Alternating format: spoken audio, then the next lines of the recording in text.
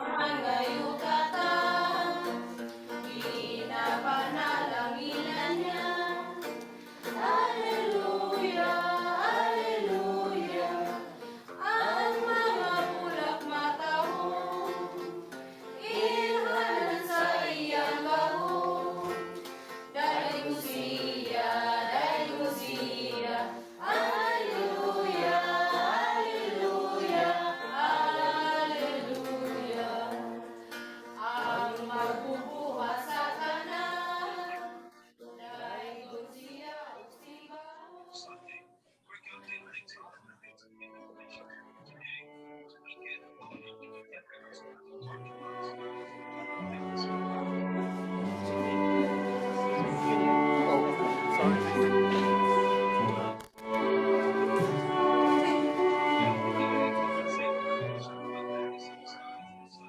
Kalayong nagsiga, kislap sa tibuok kalibutan nga nagdasig sa atong makasing-kasing. Tinugyanan sa kinabuhi o paghigugma, simbolo sa kamatuoran o kagawasan. Nalimbasog kaming masabtan namo ang among kaugalingon o ang among kalibutanong panimalay.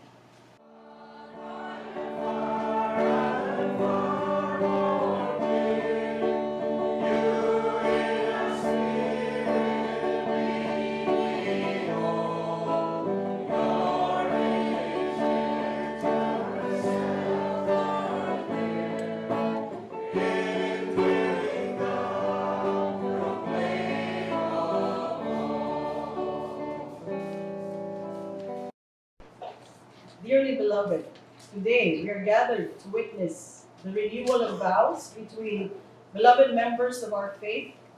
Reverend Henry Legahe has been serving this faith for over 3 decades and even served as its president at one point. A man who is known for his thoughtful introversion and fiery passions. And Milka Legahe is our beloved staff member here in the national office, whose life belongs among artists, health workers, and women fighting for their rights. She was once published as well in the UU World. She matches the fierceness of Henry, and together they bear witness to having 3 wonderful sons. Today is the very day that we are celebrating their silver wedding anniversary. What an occasion! It is a milestone. Imagine a century of being in love with the other person. It is a love that has been tested and shifted through trials, problems, obstacles, and difficulties, and they have succeeded. They have been triumphant over these trials. I, Reverend Legahe, take you, Milka Kimada, to be my wife, to have and to hold you this day forward, for better or for worse, for richer, for poorer, in sickness and in health, to love and cherish always.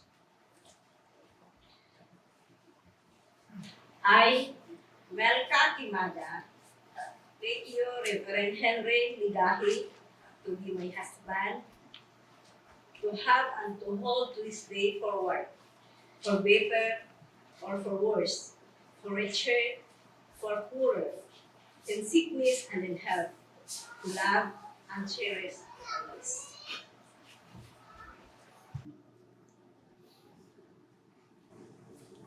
And so you may kiss the bride.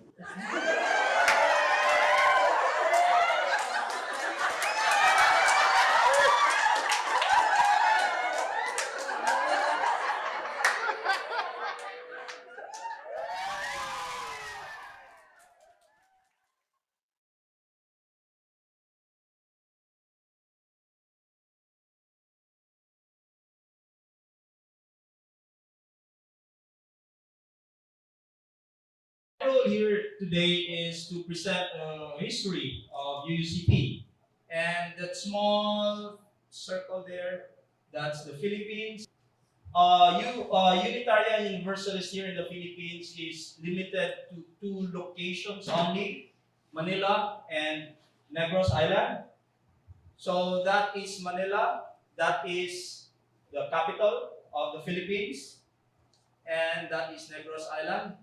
It's like a food stock, right? Major areas in relation to the island and as well to UUCP. So we have Dumaguete City, that is where we are. We have Nataban, we have Santa Catalina, and we have Bacolod City. For UUCP, we have 27 congregations, all scattered around the island, all those red dots there. And we have one in Manila. What you'll be hearing from me now is how this 27 came about. That is the answer that will be, the question that we'll be answering today. This is Reverend Toribio Himada, founded the UCP and later became UUCP, Unitarian Universalist Church of the Philippines. The book was Roman Catholic because that's the dominant denomination here in the Philippines.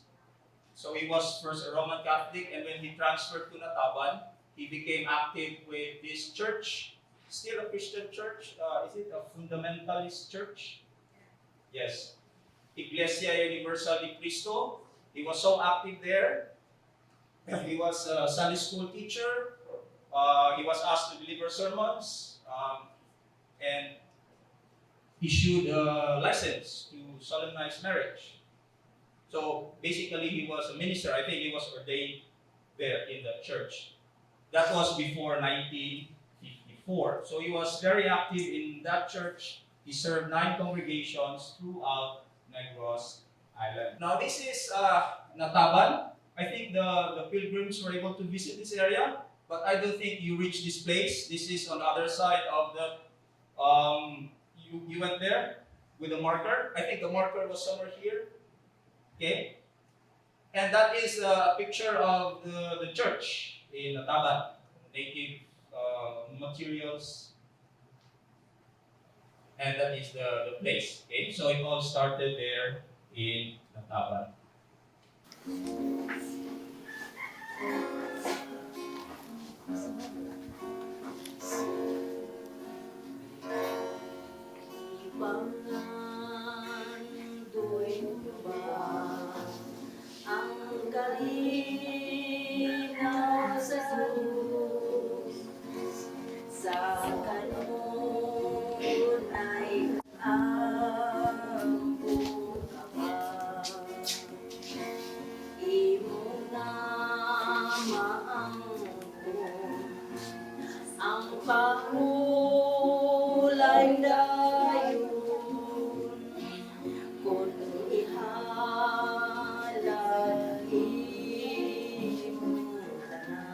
I give you the staff or in a congregation na Taban. I give you Arnold Rambo to stand here and you introduce yourself. Oleh translate ya. Ako si Alin Rago, usa sa mga membro diri sa UUCP, Nataban Congregation. May nito na akong pag-welcome ninyo nga mga bisita gikan sa laing nason. Ug ako napili sa usa ka deacons. Salamat. Okay. And also I give you the secretary of the congregation, Nataban, Darling Marquez Condes.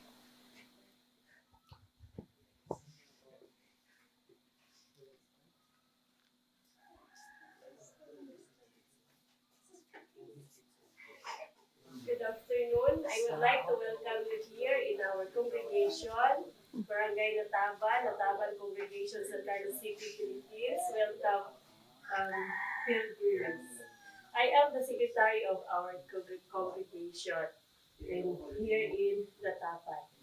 I am Darlene May Marquez, and I am a daughter of Gen C Condes. Thank you. And also I give you to my youth president, Juana Barutag.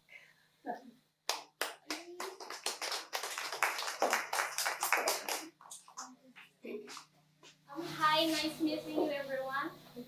I am Joanna Irish Barutag, the youth president of this congregation. Nice meeting you. And also one of the deacons, Mr. Jonathan Barutag.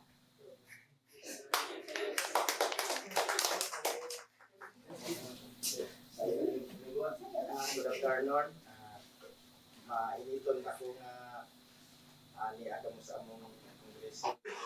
Barangay Nasabat ng City. Ako sa ka president sa UUCP.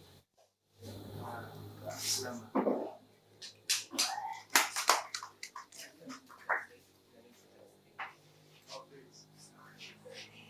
Si Bikutan Congregation, one of the members of the Council of Deacons, as treasurer of his congregation, and he is happy to meet you here. Nataban congregation is the origin of the congregation of the Reverend Toribio Kimada. As of now, for years past, there is no partner church who is helping the Taban congregation. And also, in time of rainy days, the rain will come in the chapel, and they could not continue their service in time of rainy days. About the windows of the church in Ataban, she said that when it rains, and then because there are no window covers, so it's grills, and so the rain comes in, and so if it happens, it rains on a Sunday, and then there's people there worshiping, they will move to the other side so that they will not be wet with the rain. Best way to, that's why they were thinking of putting a jealousy on the windows of the church, so that when it rains and it is windy, they will just close the jealousies. And Jency was also saying that the church collection on every Sunday, it's less than 50 pesos, less than $1. And then, so if she will total the whole month collection, it's not really enough to buy the jealousies. That is the problem of our minister today, because Sister Jinsi is studying a ministerial formation program in the city. Maybe next 2 years, she will be the local minister of the Taban congregation. Now we are really focusing on the UUMF. The UUMF means UU Ministerial Formation Program, which will start for 2 years, sending our education, giving education, religious education to whoever will soon become ministers. Our ministers are not formally trained. The Ministerial Formation Program is a 2-year program. So 1 year is they're having intensive classes. So we have different courses being offered. Like, of course, religious education is there, financial administration is there, liturgy and worship is there, global religion, history, biblical studies, faith and sexuality. So we offer different courses. Now, the 9 congregations he served literally in 2 areas in northern part of Negros Island, about 7 congregations, and we have 2 in the southern part. So the challenges he encountered while he was doing his ministry in Iglesia Universal de Cristo: lack of religious education materials, hymn books, and don't have a copy of the Bible. Now, here before, not all people have a copy of the Bible. Only priests have a copy of the Bible because they are the ones authorized to read and interpret the Bible. So having a copy of the Bible is a big thing. So he likes to read, and at one point he came across a paper with a list of churches. So he went to letter U, hoping to find Universal, and instead he found these two churches. Well, we can see the similarity in words, so he sent a letter to these churches. And in 1952, he received a reply from Universalist Church of Gloucester by Reverend Carl Westman. And they were surprised to know Universalist people from the Philippines. So because of that exchange, so in 1954, he was excommunicated from Iglesia Universal de Cristo because he wasn't really preaching their theology anymore. He wasn't using the hymn books. Of course, there's no hymn books. Basically, he's doing something that is against the Iglesia Universal de Cristo. They take a look at the income. It's called tithing, and it's based on a percentage, so it's not really voluntary. He was against that. So for that reason, he was excommunicated. So that was in 1954. So in December 1954, he organized the Universalist Church of the Philippines. We call it UCP. And UCP was counted as a fraternal associate of the Universalist Church of America because there was already communication during this time before. So in April 1955, UCP had its first, we call it before as convention. So in 1955, we had the first convention of the UCP, and these ministers were the first ordained ministers under UCP. The late Reverend Hospicio Condis Sr., who was the first ordained minister way back in 1955. So there were ministers visiting us, aside from Reverend Robert Swain in 1965. So this picture here, that's Reverend Swain, the route going to one of our congregations in Pamplona, San Isidro. So they have to ride on a bamboo raft just across the river. No bridges during this time. And these are the pictures of Reverend Robert Swain when he visited some of our congregations here in Negros Island.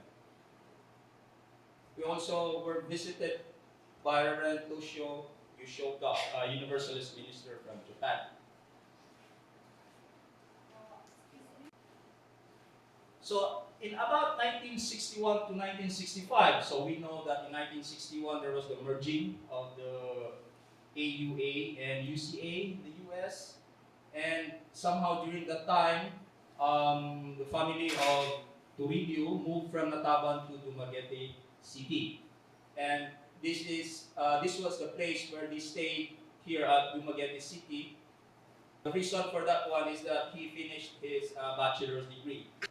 So when he finished in about 1967, he moved from Dumaguete City to Nagbilud and built a house, church, as well as a national office. And his ministry took new direction to land reform and social activism. He was busy helping locals with land problems. With that reason, he received the Albert Schweitzer Award. So Reverend Quimada applied for membership to the UUA in 1985. This was the year when UCP was changed to Unitarian Universalist Church of the Philippines, or UUCP. So we have to change, we have to add Unitarian to UUCP. But on the other hand, it's not only the name that changed, as well as the theology, the principles. Now we are introduced into a Unitarian Universalist principles.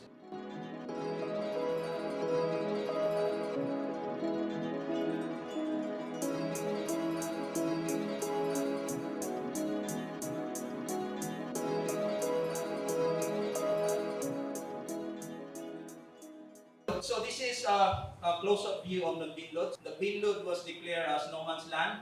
So if you're not part of the insurgency problem, you move out of the place. You go to a place safe.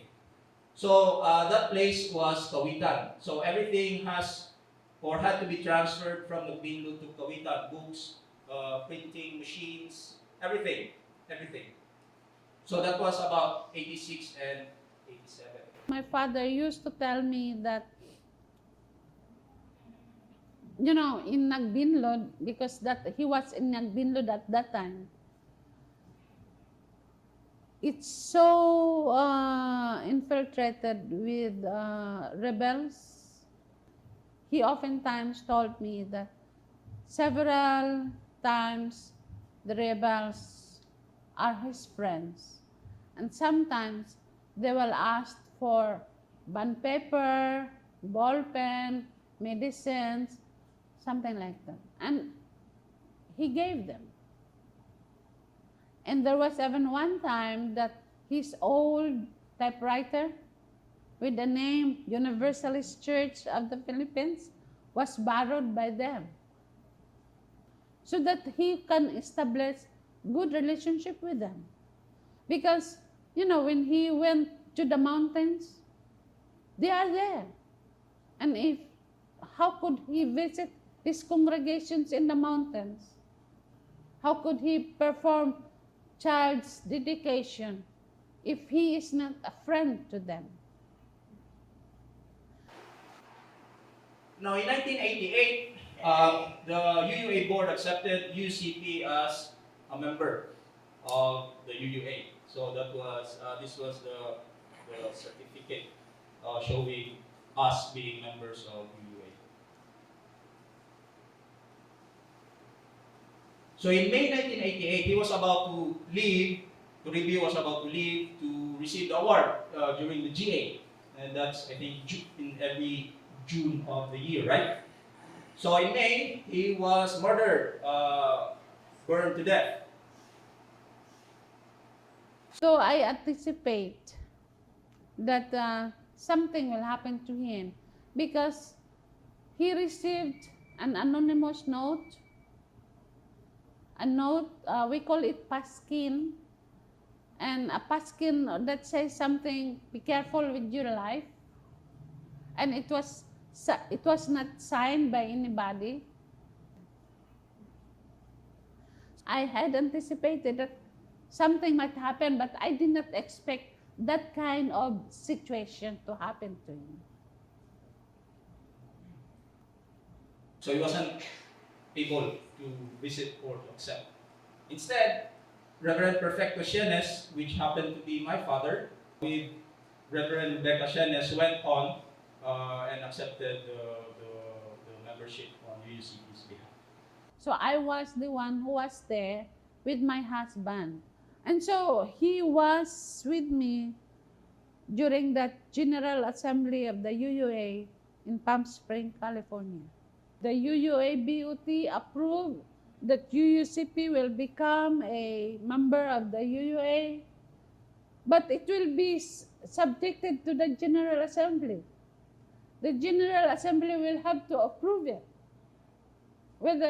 And so there was that long line of those in favor of the Philippines. There was equally a long line of those opposed. Yeah. So but it turned out that we were received, we were accepted. So leadership was transferred through the different presidents from 1988 to 1996 and even until now. So we had a special convention. And I was the one who really facilitated that special convention to be held. And my husband, during that special convention, my husband was elected as the president of the church.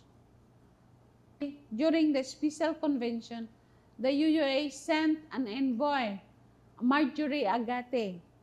She was in a post office and saw one of the packages that's supposed to be delivered to Reverend Imada and address Unitarian Universalists. She was here because she was a Peace Corps volunteer and she came across this package. So she inserted a note on the package. I'm a UU, and I want to meet you. A few days later, someone was knocking at her door, and it was to review. And he was also instructed by the UUA to look for a space, a place here in the city to be kind of the national office of the UUCP. With Perfecto, my husband, who was the newly elected president of the church, with Jury Agate, scouted for properties for sale, and they found this property. And so they were able to purchase this through the help of the UUA. So this was something like 400,000 pesos only at that time. When Reverend Perfectus Yenes ended his term, then the next was the late Reverend Francisco Nihito Sr. And these are photos of some of the activities that we had here. Mostly these are trainings for the enhancement of ministers. Until in 1996, when Reverend Becca Yenes came back to the Philippines and became president at that time, she created programs, strengthened new ones, and at the same time, she had her master's in divinity at Silliman University. I was immediately served as the president of the church in 1996. So at that time, the church was scratched. There was a leadership vacuum. The leaders, the former leaders of the church were not really handling the church in a proper way. And so I came in like I was like swimming on a very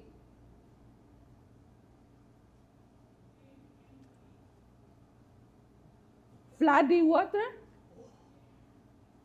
Immediately, I started to strengthen the financial recording of the church. Then I wrote proposals, submitted to the UU funding program. Sustainability for our church is really a must. It's really a need. In 2005, that was the 50th anniversary of the church, and we had visitors from the US, UU visitors, and one of our visitors was Ron Robinson, who was the executive minister of Unitarian Universalist Christian Fellowship. He was the one who said that, why don't you build a building? We were able to raise something like $100,000. But since our money was only $100,000, so we started with $100,000 and we came up with the La Residencia, the orange building.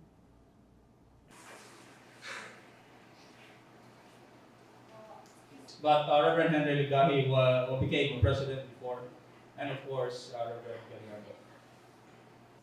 So when I was in the US, I actually got to know Joseph Lyons because his wife Amy was my schoolmate in the university.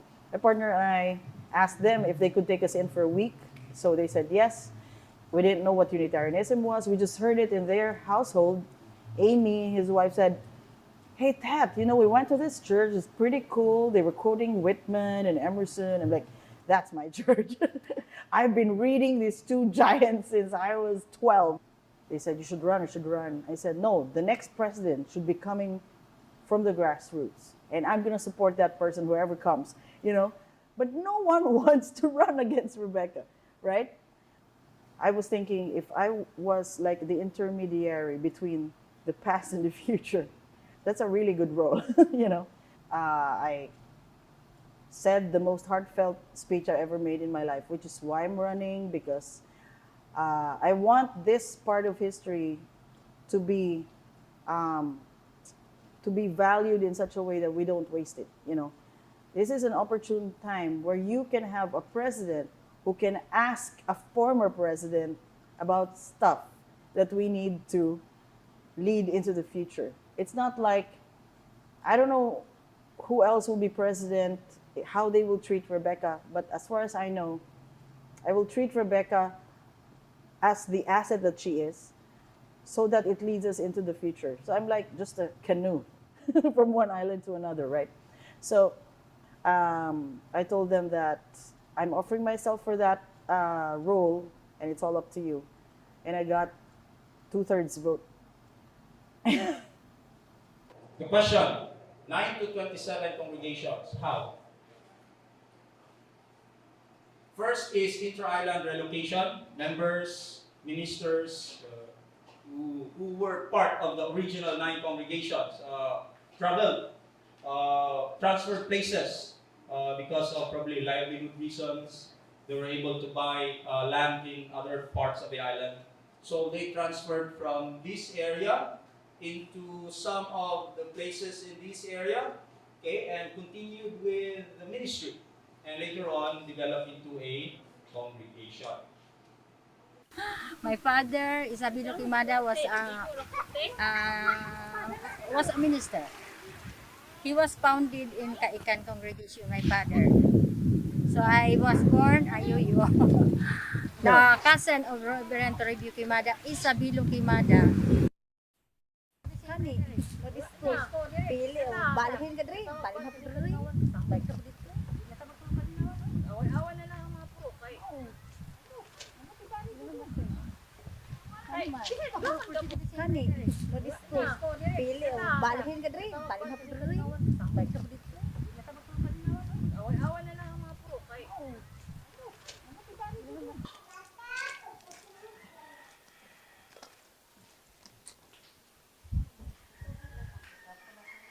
My name is Yoshi Kimada. I'm member of the Church Connection Kaikana. So I'm very thankful you're coming to visit us. Welcome to us.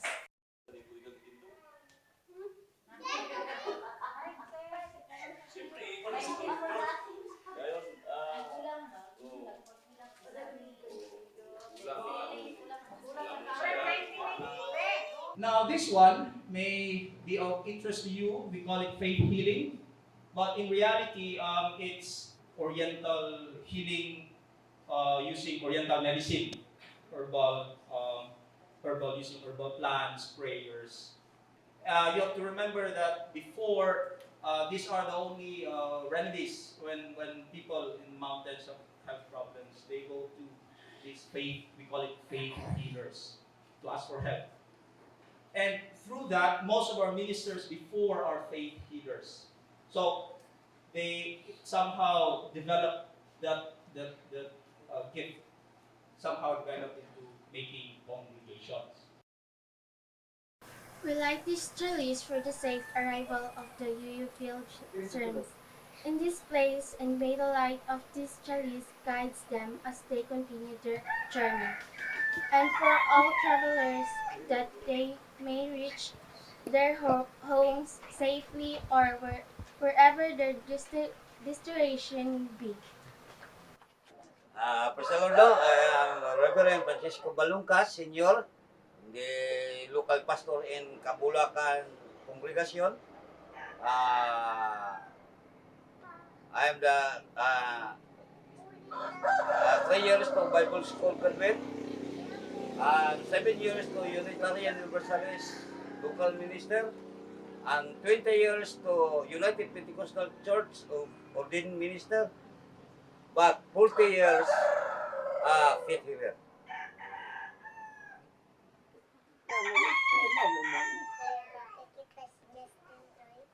Ara ready si Marty pag-cancel.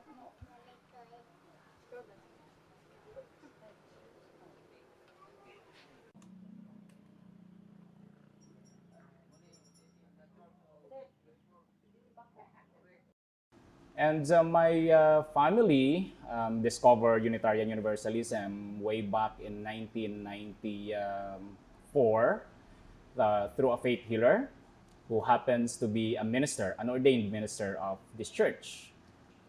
And whenever I ask them, what's your church all about? And they can't really tell me. And that really, caught my attention. I mean, you join a church which you do not know what they believe in. So it's so funny. At the same time, I was, a little bit concerned about them that, in our community where Catholicism is very popular, and people would tell that they are heretics, they don't believe in something. And I said, it opens my curiosity. What's really this church all about? In my heart, all the stillings of compassion, blowing the wind, Christ in the sea, moving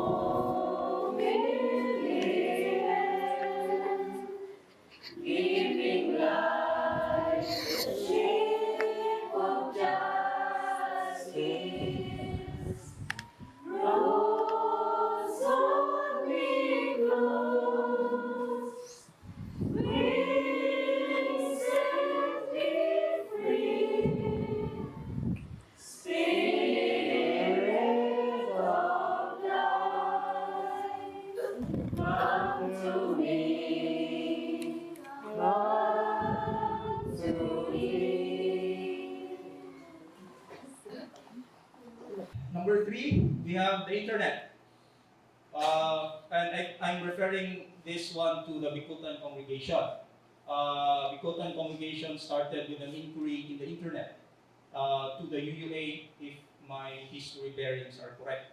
And UUA said that, oh, there's a UU congregation in Negros in the Philippines. I helped found the church in Bikutan, and that's been going on now for 14 years. It's my spiritual journey. I'm considering myself a progressive Christian living out my faith in the Unitarian Universalist tradition. Then eventually we were able, with the grant of the UUA, I believe, we were able to purchase a very small piece of land and build a very simple chapel in 2012. So it's a mix of some very old people and then some very young people, some real young kids.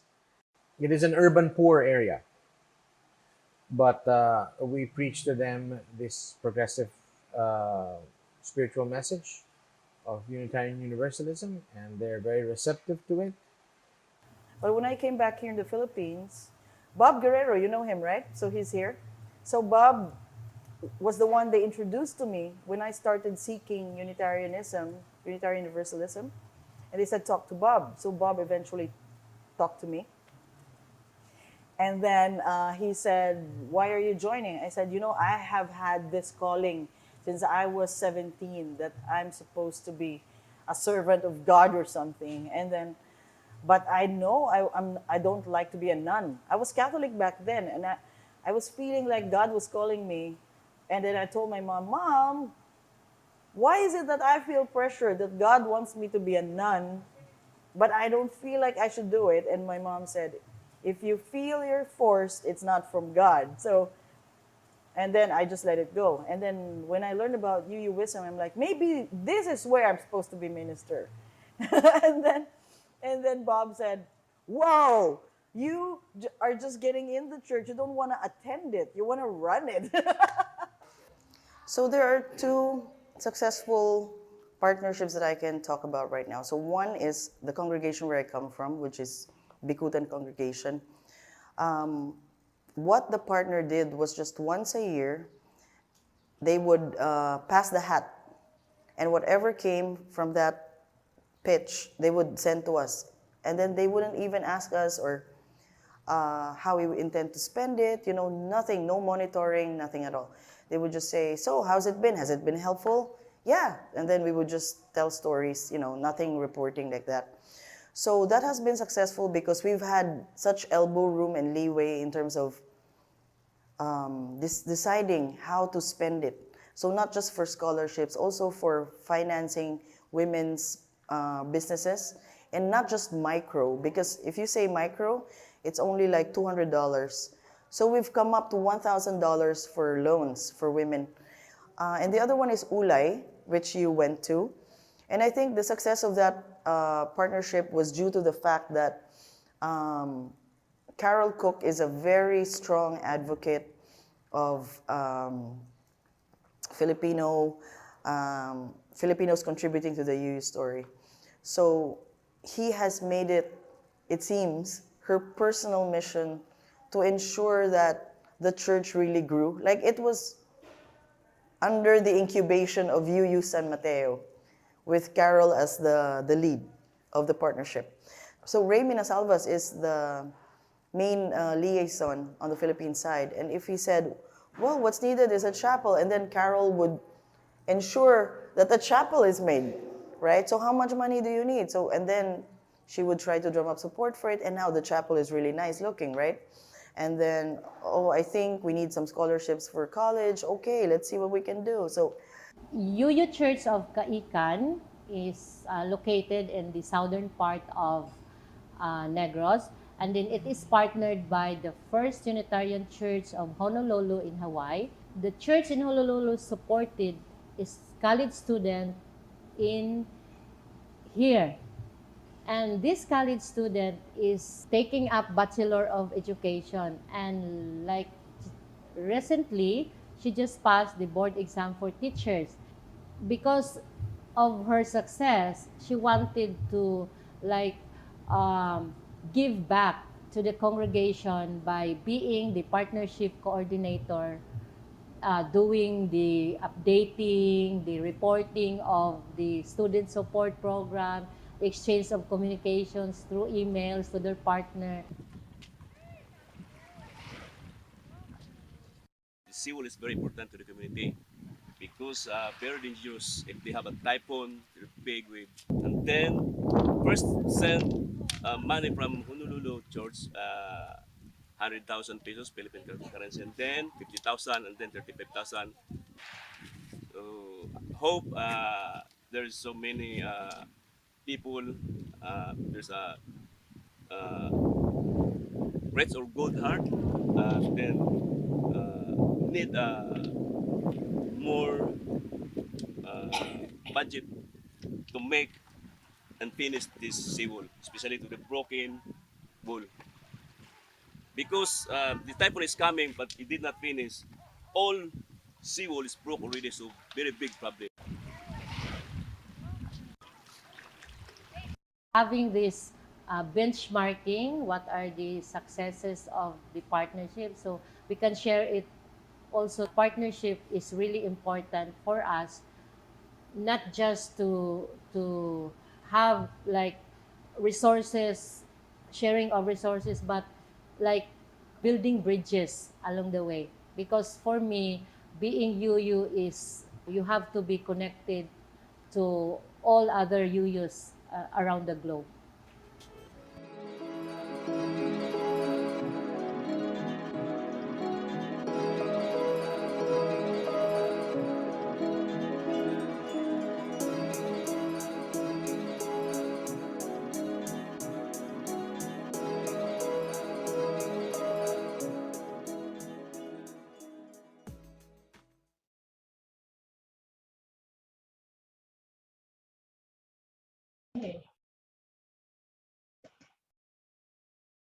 Hi there, let me just stop sharing. And I guess we'll open it up to questions. And if you wanted to add anything, Joseph.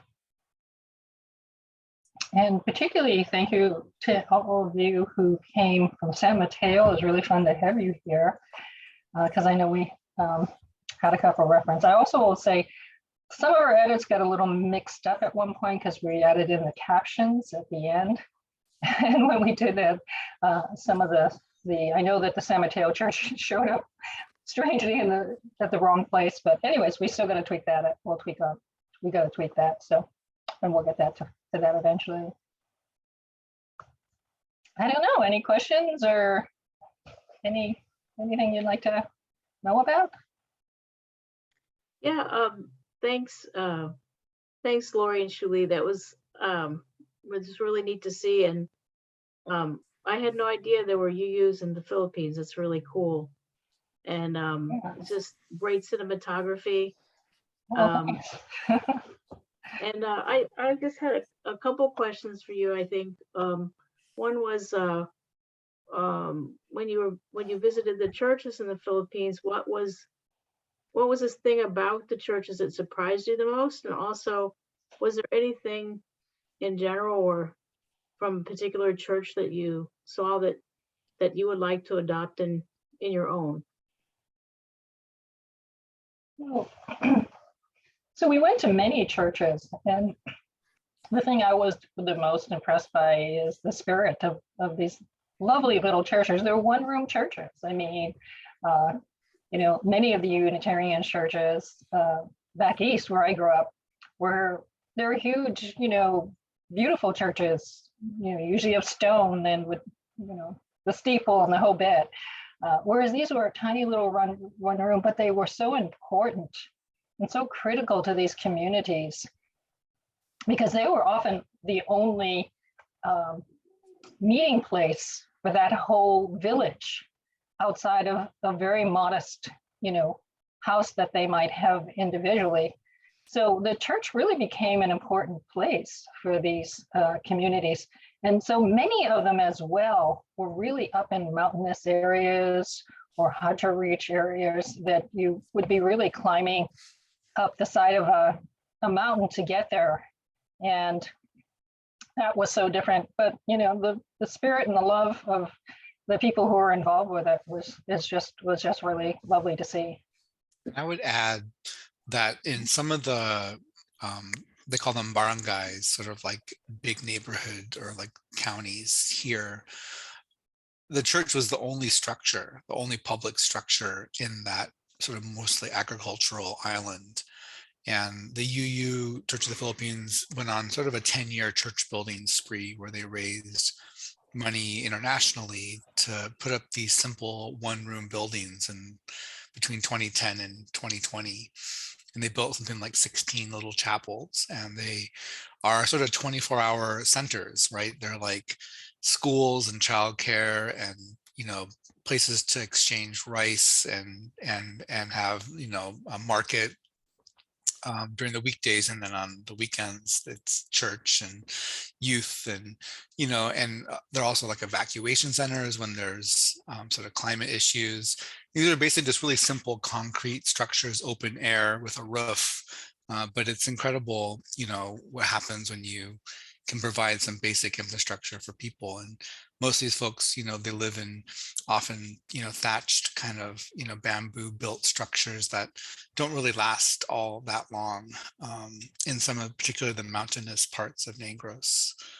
And so in many cases, these structures were just built for $3,000-4,000 each US, and was sort of a major contribution to building some of the infrastructure in these barangays.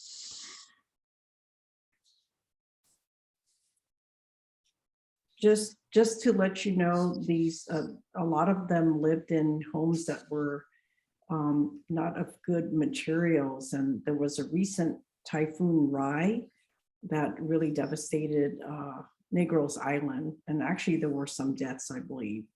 But a lot of the communities that are served by the church, some of the families really got devastated. So the UUCP is trying to organize some funding just to help these families out. And I put in the chat, there's an International Women's Committee that is collecting funds on behalf of UUCP. And there's a link, donation link, and as well as a place to put to send your checks. And what IWC is going to do is collect all of these funds, and then they're going to do a bank transfer to UUCP. It's pretty hard for individuals to do an international bank transfer. So there are other churches also helping UUCP, but this is one way to get some funding to the victims of the hurricane. And I also find it really remarkable that, Negros Island, which is one of 7,000 islands, but really one of like 30 primary islands that are inhabited, is really it's the poorest island of all in the Philippines. And it's known for having sort of large haciendas or plantations that carried over from Spanish colonialism. The people there are, almost, entirely come from agricultural, like farm worker backgrounds. The Spanish, kept them in the fields all the time. They were called Negros because they were darker skinned. And so in some ways, this is the place where you see the biggest disparities, the most oppression, and was also, as you saw in the film, like a place where there was civil unrest, and there was even like a rebellion, both against the Spanish and then later against the Americans, because we were there for many, many years as the colonial power. And then later, the Philippine government still has not been able to address a lot of the disparities there. So when you think about, like, of all the places in the Philippines, this is where Unitarian Universalism got started. It's to me, it's quite odd, because I think of all the stories here where it's like we started next to a university and with a bunch of intellectuals and, rich kind of like, elite of society, the Brahmins of Boston. And it reminds me that, I think so many folks, when their faith is tied to their theology and their religious kind of beliefs and not just community, people will persevere through anything to hold on to their values, right?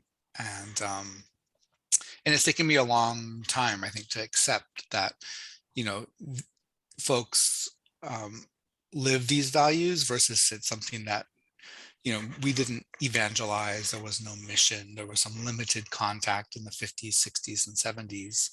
But I often was sort of skeptical. I'm like, well, how are you really you? Because you're nothing like anything I've ever seen. Like my internalized sort of assumptions run so deep. But now I can say after 20 years, I've watched like young people grow up in the church, and they've gone on to lives that I would say mirror what we see with our young people in our church today, right? Who have a sense of consciousness, sense of social justice, who are, critical of like tyranny and violence as a tool, support the rule of law and democracy and basic things. Although there is some tension in the Philippines in the church, because as you may know, our president out here is quite the dictator in training, and there's a lot of power dynamics, and the number one driver of politics is regionalism, like a sense of like, well, you're from my town, you're from my island, I'm going to support you. And so actually the current executive minister came out publicly for the current president, Duterte, who's pretty much a murderer and someone who is like a right-wing fascist from my perspective. And that was a shocker because she's from the same island that he was from. And she's since changed her position, in part, I think the war on drugs and the, killing 1,000 Filipinos a month through extrajudicial killings has finally like turned the tide with, I think, folks of conscience. But like that's sometimes how still, complex these issues are. Yeah, I think it's a very difficult situation because there are so many people that are of limited means all over the Philippines, but we were struck with the communities there. The little they had when we went on our pilgrimage, they would lay out these feasts and I was thinking, wow, that amount of food, probably the whole family could have, spent days eating, and, here they are, what they had, they just put out a really nice spread for us. And I was like, wow, and the warmth of everyone was really amazing.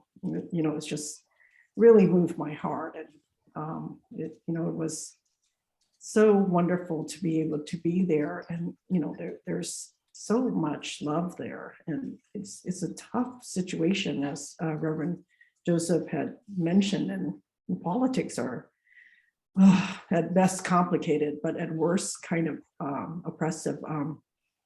I don't know if you heard, Joseph, but I kind of they kind of indicated that sometimes the UUCP leadership would have to be sort of invited over to the army barracks or whatever to sort of have a report about what they're doing and why the foreigners are coming. And I can't even imagine, but you're nodding your head. Oh, of course. Yeah, no. Well, yeah, I mean, the military has a huge presence on Negros Island and sort of anti-terrorist now. It used to be anti-insurgent, but they now use terrorism as the frame. And the Unitarian Universalists are, you know, they are, you know, I mean, Rebecca, who you saw in the video, the daughter of the martyred founder, Toribio Kimada, but she's like known for her feminist and her sort of, you know, being outspoken, and it's, I mean, compared to here, it's soft. I mean, what she does and says and what she supports is like really, it's like very minimalist, kind of like nothing in your face, nothing radical, nothing, you know, really deep, and still they're on the watch list. And they have to, like you said, Lori, they have to report in. They get often unsolicited visits from uniformed military officers who come into the church, and especially when there's foreigners around, because actually, well, the place where the church is based, there are a lot of foreigners. There's actually a lot of particularly white men who come and sort of move or try and retire in the area. And part of that is due to the sex trade in the Philippines. So that's a really complicated piece as well. But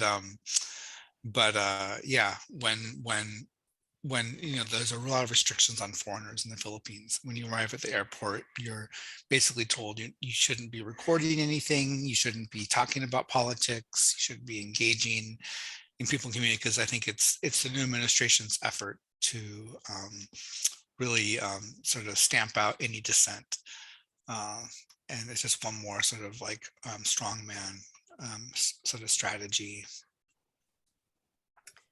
Yeah, wanted to invite any more questions from the audience, or your impressions of the film. Was it something that you expected, or did we answer your question, Nova? Yes, thank you. Lori, did you, was it brought back, did it bring back memories of your visit in 2009?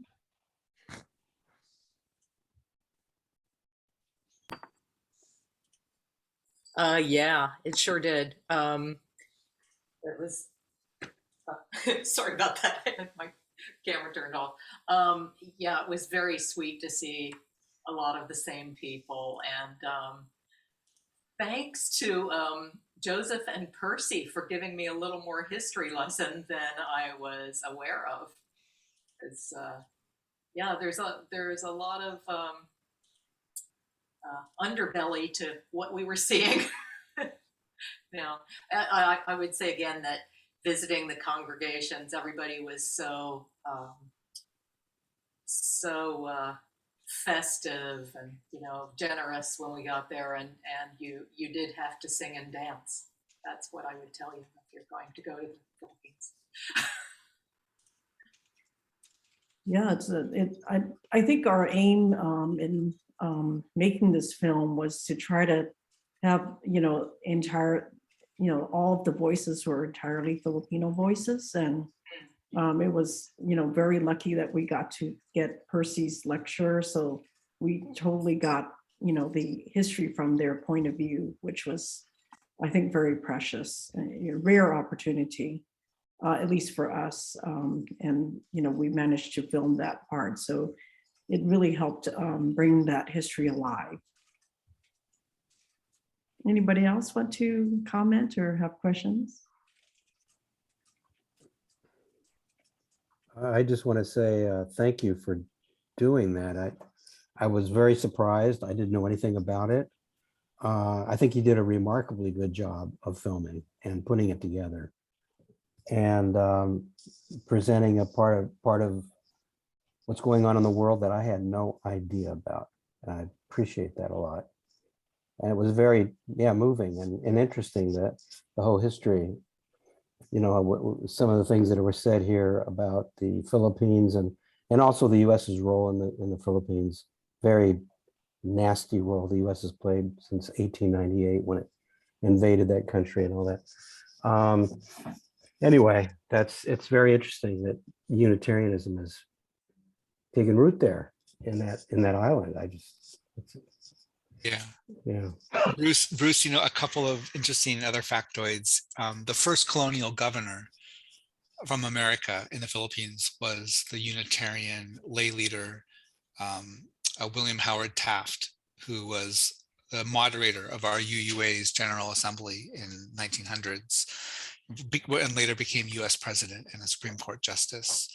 And it was one of his first postings. And interestingly, when the Americans came after the Spanish, because, the Americans initially supported the rebellion against the Spanish. And then when the Spanish left, the Americans drew back their pledge and basically said, well, we're going to colonize your country now.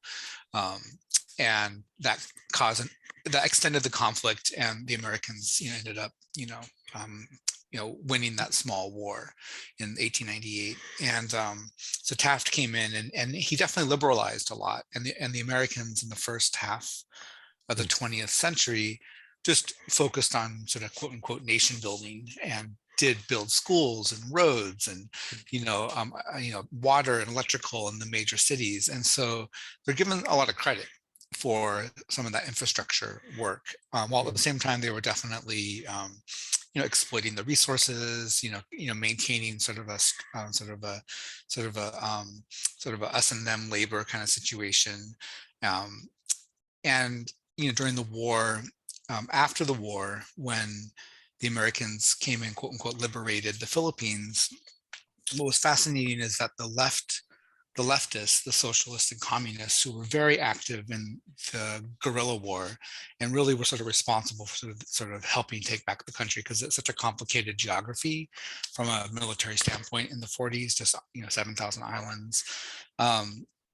The communist guerrillas, basically, who were the largest contingent, they agreed to demobilize after the war and turn in all their weapons in return for being a part of the political process. So just, immediately moved into that space.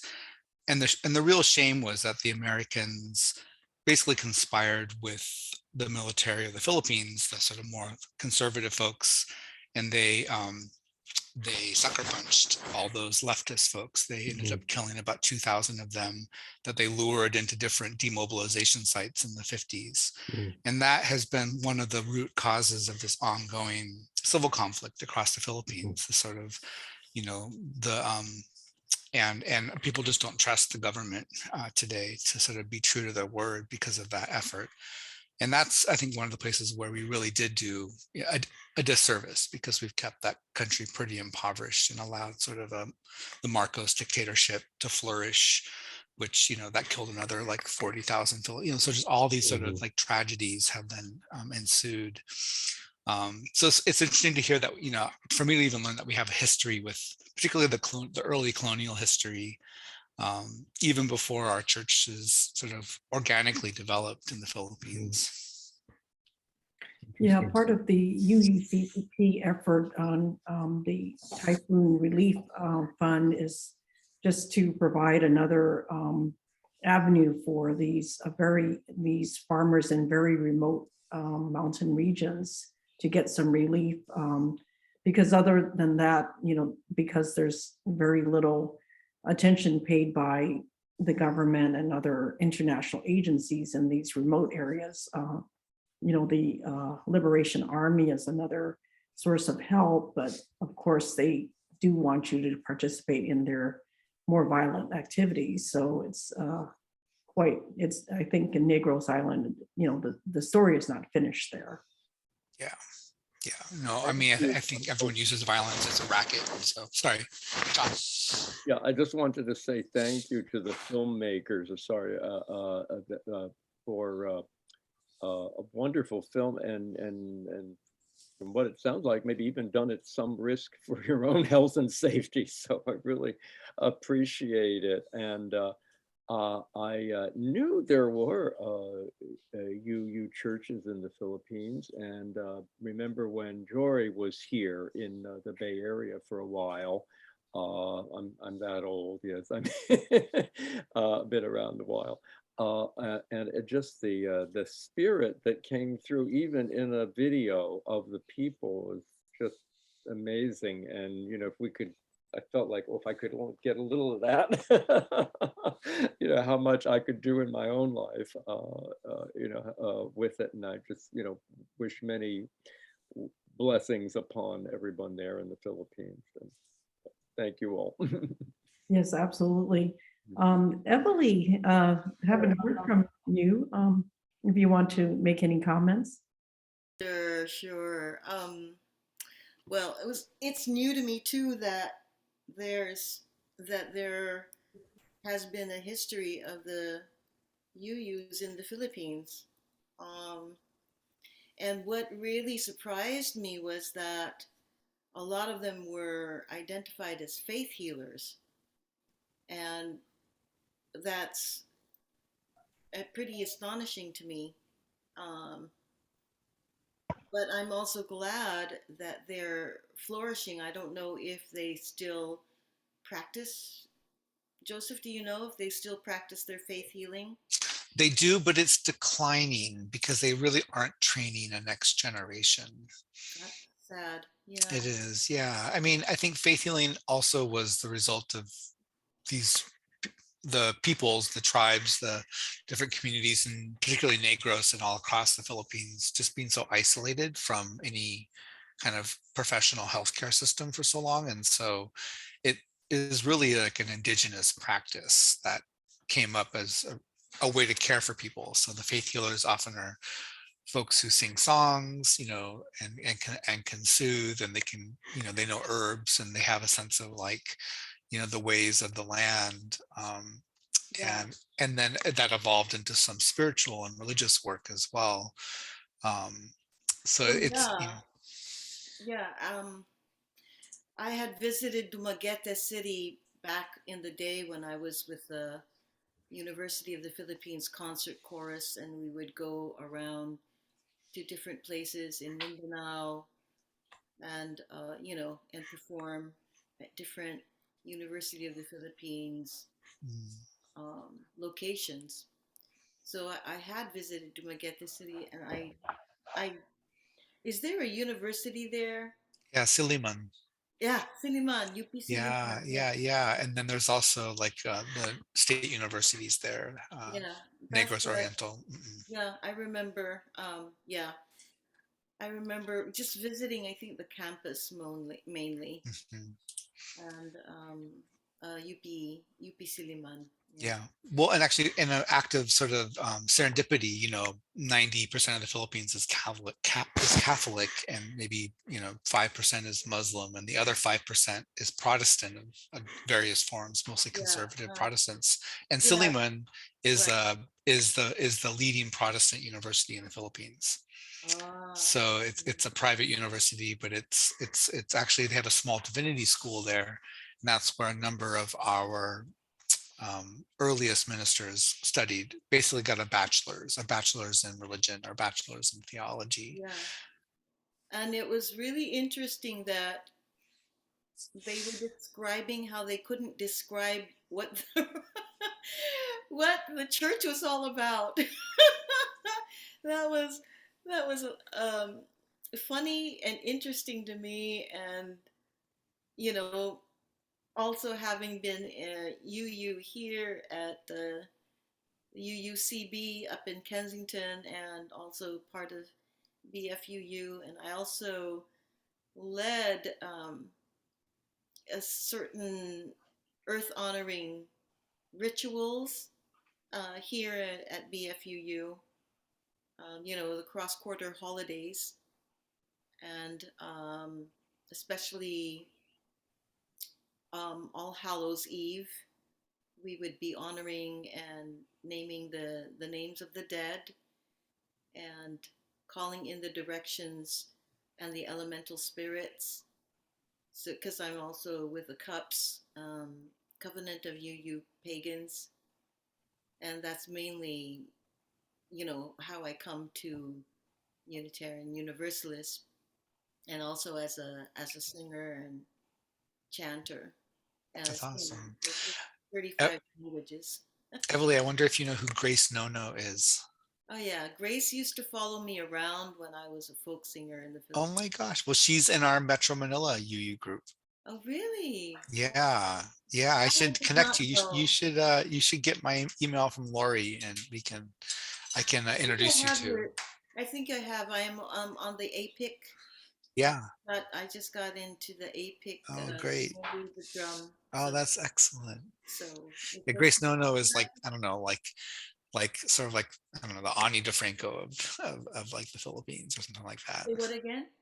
Well, I was just saying she's like a very famous kind of like progressive folk and Yeah, sort of, no, I know. I know. Oh, it's fun for everybody else. I know Oh, you know. for everybody else? Yeah, because no one else quite knows who Grace Nono is. Yes, and we met through the humanist movement of the Philippines. Oh, that's great. Yeah. So that's how we initially met. And well, she used to follow me around because I used to sing for the humanist movement. That's awesome. Oh my gosh, well, I want you to come and sing for our UU group in Manila when you come back. Yeah. That's so cool. That's really awesome. So I love this film, and really when everybody says like the spirit of the people, hospitality is our #1 export. I don't Right. We're always known for our hospitality and generosity of making sure everybody's have eaten. I came in late and wondering, is there a way to see the film in the future? Yeah, we're going to probably put it up in Vimeo. So if you can put your email address on the chat, we can certainly take it down and then give you the link. Okay, thank you. Okay. Absolutely. Yeah. And what did you think, Arliss, of the film? The part that I saw, I liked very much. It was very interesting, I think, and well done. Great. And while you're doing that, maybe Thad or Lucy, you want to have any questions or comments? How long were you there to film it? Did you go like more than once, and how did you make the connections? Well, we did go with and attended the pilgrimage that the UUCP, the Unitarian Universalist Church of Philippines, was offering, and we were there a little under 2 weeks, and we did they took us around in a van to all the different churches. They arranged it. The organizers of the pilgrimage arranged it for us. And so, we were just there with a camera and tried to get as much of it as we possibly could. It was also, we lucked out in a way because there was also a conference happening at the same time, the UUs of Asia. And that's how they happened to have a history of the Unitarian Church of the Philippines. That's how Piercy was actually offering that for that conference. And so we just videotaped that, and that kind of became the backbone of our presentation in a way, or our video. So that made it, in a way, that made it easier for us, giving our limited resources. We had this rich source of information based on Piercy's presentation. So yeah, we just a few weeks of, and that's how it goes a lot. Just a few days, even less than 2 weeks of videotaping. But then long hours of editing, actually. There were long hours of editing. How many hours did you Where film? Lori's brilliance comes in, because she remembers all these facts, and she was able to pull them all together into a story. And I'm more the visual person, so I'm going to grab the shots and stuff. So yeah, so it's just a talent. She's a natural storyteller. So she was able to remember, I remember in that videotape where LV said this, and I'm like, oh, okay, yeah, I believe you. And that became, one of the segments in the show. So that's how I liked it that you let people tell their story. Oh, good. Yeah, absolutely. That was definitely something we wanted to do. Yeah, a lot of times in these kinds of things, you'll have commentaries from other people, but we didn't go that route, really. We really wanted the people of the Philippines, the Unitarian Church of the Philippines telling their story. I think it really worked. Well, great. Thank you. Thank you. It means a lot coming from you. And thank you Roger, all. I think is anyone else would like to make Roger didn't actually talk much if he wants to. Hi, Roger. Did you want to say anything? I think we're good. Okay. And Melvin had an announcement, I think. Oh, Melvin, okay. Did you have an announcement for this Sunday? Yeah, we have the author, her name is Saru Jaraman. She started an organization years ago with the restaurant workers in Oakland, and now she's working with a group called the One Fair Wage. And she had wrote a book called One Fair Wage, and she was discussing that book. And it's a movement trying to get fairness with the tipped workers across America. She's been working back east, and she will be speaking at 1 p.m. after service. It's in the link is in the flame, and it starts at 1 p.m. this Sunday. It should be very interesting.